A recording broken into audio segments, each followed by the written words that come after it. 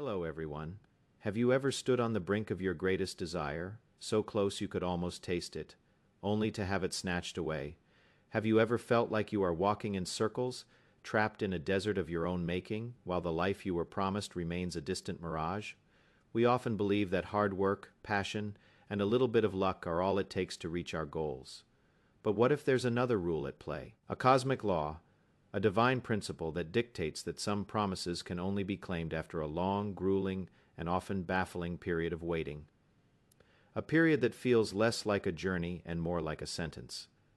Today, we delve into one of the most mysterious and profound narratives in the Bible, a story that holds a powerful key for anyone who feels lost, stuck, or on the verge of giving up. It begins with a nation of freed slaves standing at the very edge of paradise. They had escaped the whips of Egypt, witnessed the parting of the Red Sea, and received the law of God from a mountain that trembled with holy fire. They were God's chosen people, and their destiny, a land flowing with milk and honey, lay just beyond the next hill, an 11-day journey that is all it should have been. 11 days from the chains of Egypt to the freedom of Canaan, yet it took them 40 years. Why? What could possibly justify turning a short walk into a lifetime of wandering? The answer is not about geography. It is not about military strategy. It's about a terrifying and transformative truth concerning the human soul.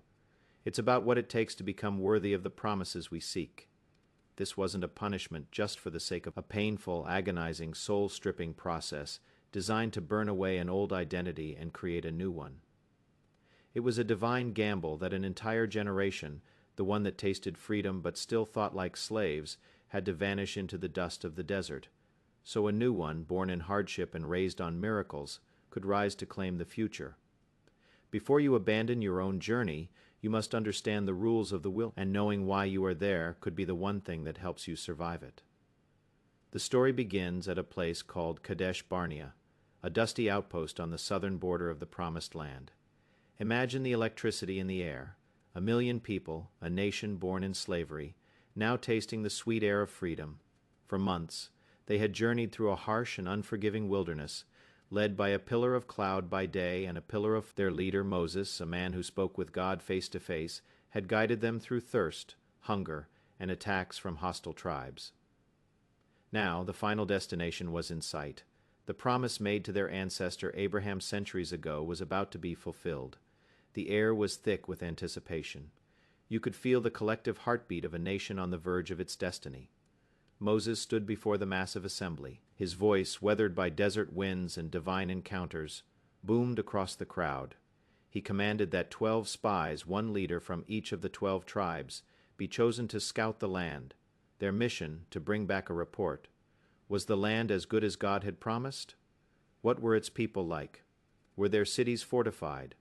This was a formality, a confirmation of the goodness that awaited them. Confidence was high. They ventured north, disappearing into the hills of Canaan. For 40 days they traversed the length and breadth of the land, and what they saw defied their wildest dreams. It was more than a land of milk and honey, it was a paradise. They saw lush valleys, rivers teeming with life, and fields so fertile they seemed to laugh with abundance. They cut a single cluster of grapes so massive it had to be carried on a pole between 2 men. They gathered pomegranates and figs, tangible proof of God's outrageous generosity. The 40 days passed. Back at the camp in Kadesh, the people waited, their excitement building with each passing day. Finally, the spies returned. A great assembly was called. The 12 men walked to the front, carrying the giant cluster of grapes. A gasp rippled through the crowd. This was it, the proof. Caleb, one of the spies from the tribe of Judah, stepped forward, his eyes burning with conviction. He raised his voice, and it was filled with the fire of faith.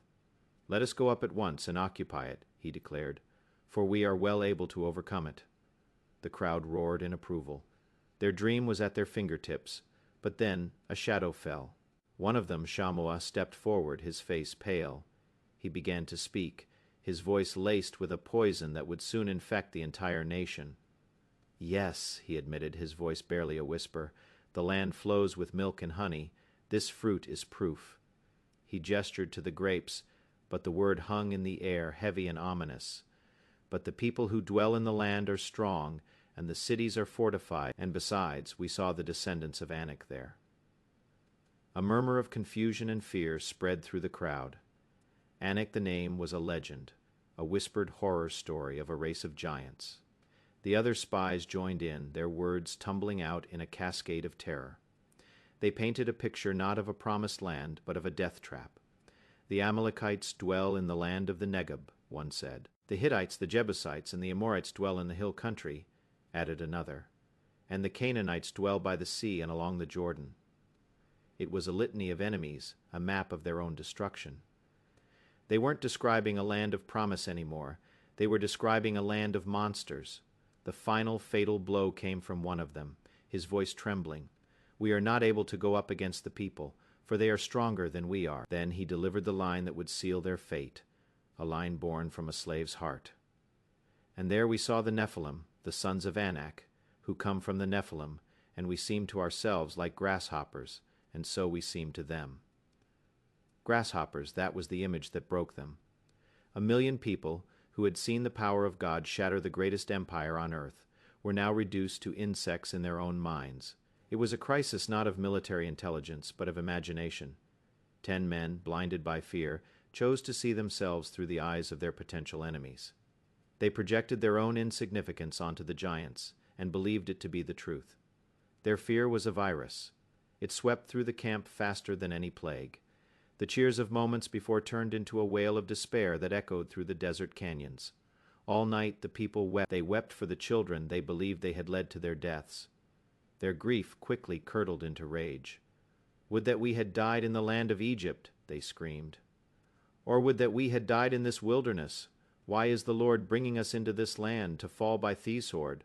Our wives and our little ones will become a prey. Would it not be better for us to go back to Egypt?" And then they uttered the words of ultimate rebellion. Back to slavery, back to the whips, the mud pits, the daily humiliation. The familiar pain of bondage had become more attractive than the terrifying freedom that lay before them. They wanted to trade a land of giants for a land of masters, because in their hearts they had never truly left.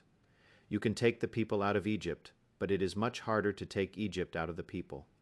Moses and Aaron fell on their faces before Joshua, Moses' aide, and Caleb, the 2 faithful spies, tore their clothes in anguish. They ran into the midst of the hysterical crowd, pleading with them. "The land which we passed through to spy it out is an exceedingly good land." Joshua cried out, "If the Lord delights in us, he will bring us into this land and give it to us, a land that flows with milk and honey. Only do not fear the people of the land, for they are bread for us. Their protection is removed from them, and the Lord is with us. Do not fear them." Bread for us, what a contrast. The 10 spies saw giants that would devour them. The 2 saw enemies that would be their sustenance, their victory. It was the same reality seen through 2 completely different lenses. One of fear, one of faith. But the people were deaf to reason. They picked up stones ready to execute Joshua and Caleb for the crime of telling them a truth. They could no longer bear to believe. They were about to silence the voice of faith forever. In that moment, as the hands holding the stones were raised, a blinding light erupted from the tabernacle, the tent that housed the presence of God. The glory of the Lord appeared before all the people of Israel. The stones dropped from their hands. A terror God spoke to Moses, and the voice was not one of comfort, but of fire and judgment. "How long will this people despise me, and how long will they not believe in me, in spite of all the signs that I have done among them? I will strike them with the pestilence and disinherit them, and I will make of you a nation greater and mightier than they." It was a terrifying offer. God was ready to wipe the slate clean, to destroy this nation of cowards and start over. But Moses, the man who had been rejected and nearly stoned by his own people just moments before, now became their greatest defender. He stood in the gap, pleading for the very people who had wanted to kill him. He didn't argue about their innocence. He knew they were guilty. Instead, he appealed to God's own character, his reputation among the nations. "The Egyptians will hear of it," Moses argued, "and they will tell the inhabitants. They will say, 'Because the Lord was not able to bring this people into the land that he swore to give to them, therefore he has killed them in the wilderness.'" It was a brilliant, daring appeal. Moses was asking God to be true to his own name, to his own promise of being slow to anger and abounding in steadfast love. the argument worked. God relented from destroying them completely, but mercy did not mean there would be no consequences. The divine voice spoke again, and this time the words were a chilling verdict that would define the destiny of a generation.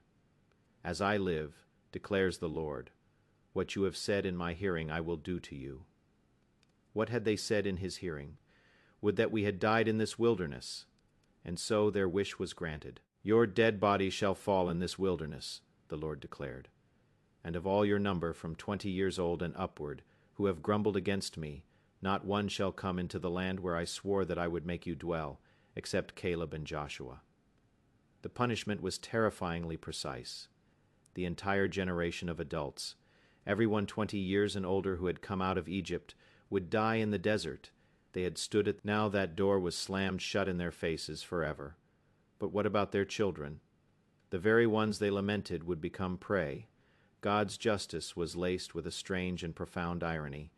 But your little ones, the Lord continued, who you said would become a prey, I will bring in, and they shall know the land that you have rejected. The future belonged to the children they thought they were protecting by their cowardice. And then came the final detail, the temporal anchor of their judgment, the 40-year rule. According to the number of the days in which you spied out the land, 40 days a year for each day, you shall bear your iniquity 40 years, and you shall know my displeasure. 40 days of doubt, 40 years of wandering, a year of suffering for every day of fear.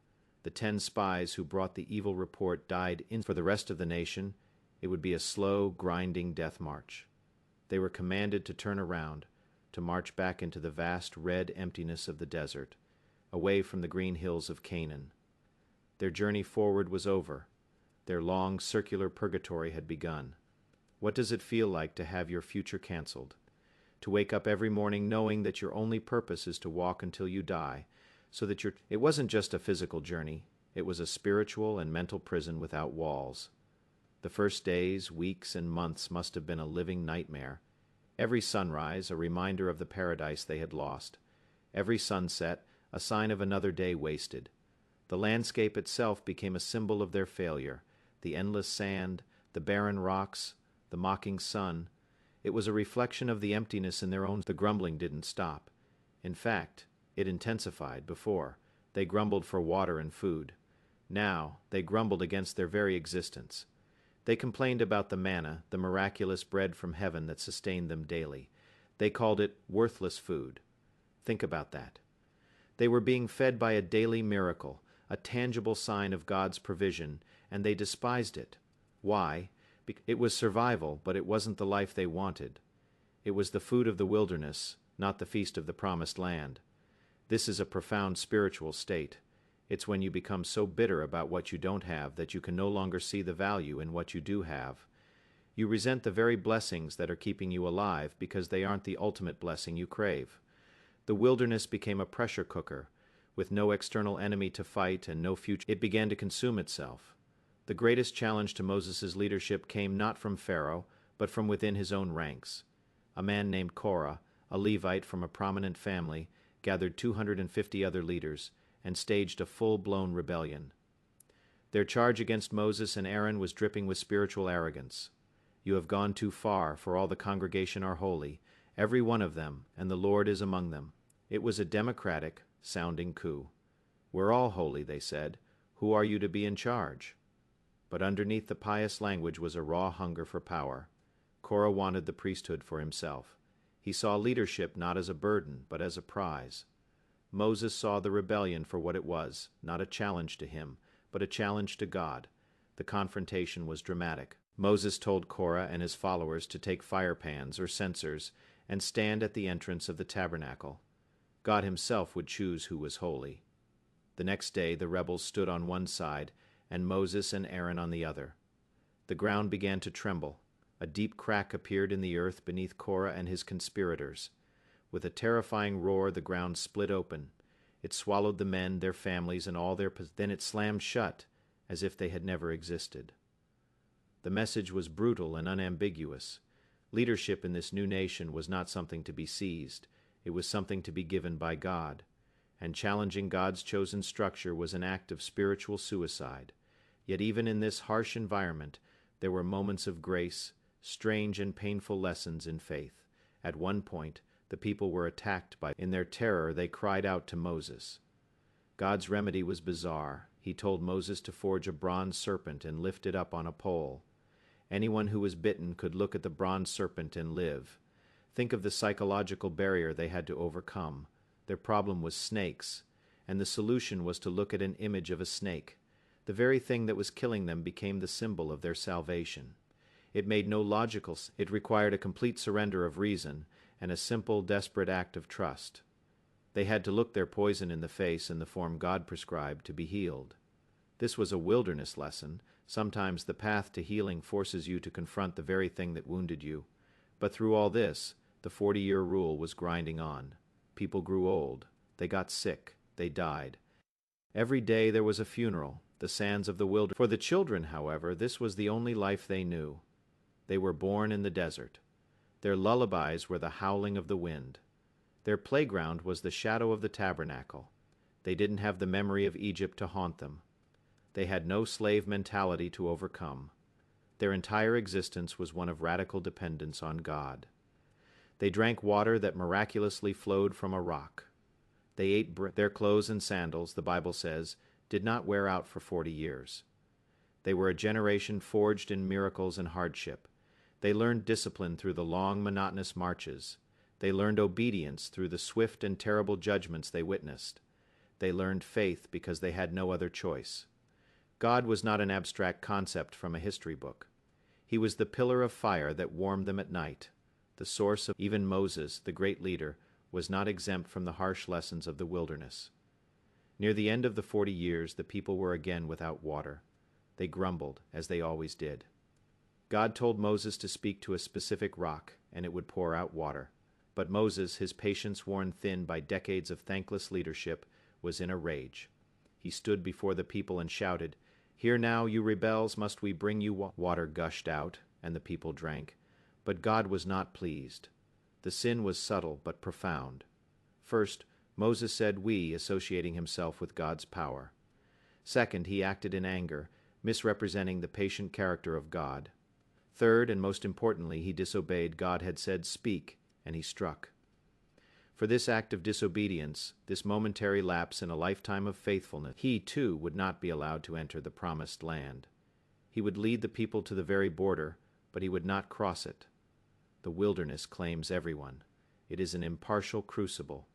It doesn't matter if you are a grumbling slave or a great prophet. Everyone must learn its lessons of absolute humility and obedience. The 40-year rule wasn't just about the passage of time. It was about the passing of a mindset. It was a divine filtration system designed to remove the poison of fear, rebellion, and self-reliance. As the 40th year drew to a close, a new nation stood on the plains of Moab, on the eastern bank of the Jordan River. Look at them. Their skin is leathered by the sun. Their eyes are sharp, accustomed to scanning the horizon. They are not a mob of escaped slaves anymore. They are a disciplined army. The voices of complaint and nostalgia for Egypt have been silenced by the grave. A new generation, hardened and humbled by the desert, is now in command. Joshua, forged in loyalty and battle, is their leader. The air is different now. The fearful whispers about giants are gone. In their place is a quiet, steely resolve. They have seen God's power and his judgment. They have learned the hard way that obedience is life and rebellion. Before they cross, Moses, now 120 years old, ascends a mountain to give his final address. His last words, recorded in the book of Deuteronomy, are not a sentimental farewell. They are a searing, passionate plea. He recounts their entire history, the slavery, the exodus, the rebellion at Kadesh, the long years of wandering. He reminds them of every lesson, every miracle, every failure. It was not because you were more in number than any other people that the Lord set his love on you and chose you, he reminds them. For you were the fewest of all peoples. But it is because the Lord loves you and is keeping the oath that he swore to your fathers. He is reminding them that their identity is based on God's grace, not their own strength. They are not grasshoppers. They are God's beloved. Then he lays out the choice that will define their future. See, I have set before you today life and good, death and evil. Therefore choose life, that you and your offspring may live. The wilderness ultimately was a training ground for this choice. After his final blessing, Moses climbs Mount Nebo from the summit. God shows him the entire promised land. He sees the green valleys, the hills of Galilee, the shimmering Dead Sea, the land he has given his entire life to reach. His death is the final, tragic exclamation point on the 40-year rule. No one is exempt. The old era is over. Now it is time for the new. Joshua takes command. The transition is seamless. The people who once rebelled against Moses now pledge their loyalty to his successor. Just as we obeyed Moses in all things, so we will obey you, they tell him. The transformation is complete. It's springtime, and the river is at flood stage, a raging, impassable torrent. It is their first test. Will they respond with the fear of their fathers, or with the faith of the wilderness? Joshua commands the priests carrying the Ark of the Covenant, the symbol of God's presence, to step into the water. Imagine the tension. The priests walk toward the roaring river. The water is swirling, muddy, and violent. The moment their feet touch the water, the impossible happens. Upstream, miles away, the flow of the river stops. The water piles up in a heap, as if held back by an invisible dam downstream. The riverbed runs dry. A wide, clear path opens up through the middle of the flood. The entire nation of Israel walks across on dry ground. They don't just cross a river, they walk through the heart of an impossibility.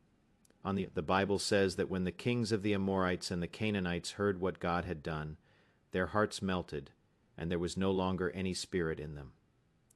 The grasshoppers had become the giants. The very people their parents had feared were now paralyzed with fear of them. The 40-year rule was fulfilled. The wait was over. The journey of 1,000 funerals had ended in a miraculous birth, a nation of slaves. So what does this ancient, brutal story have to do with you? With your life, your struggles, your dreams that feel impossibly delayed? The 40-year rule is not a literal timetable. It's a spiritual metaphor for the necessary transformative wilderness periods of our lives. We all have a promised land, a goal, a dream, a state of being we yearn for. It could be a fulfilling career, a healthy, and often we find ourselves like the Israelites at Kadesh Barnea. We can see the goal, we've done the work, we're on the brink, and then something happens. We fail. We self-sabotage.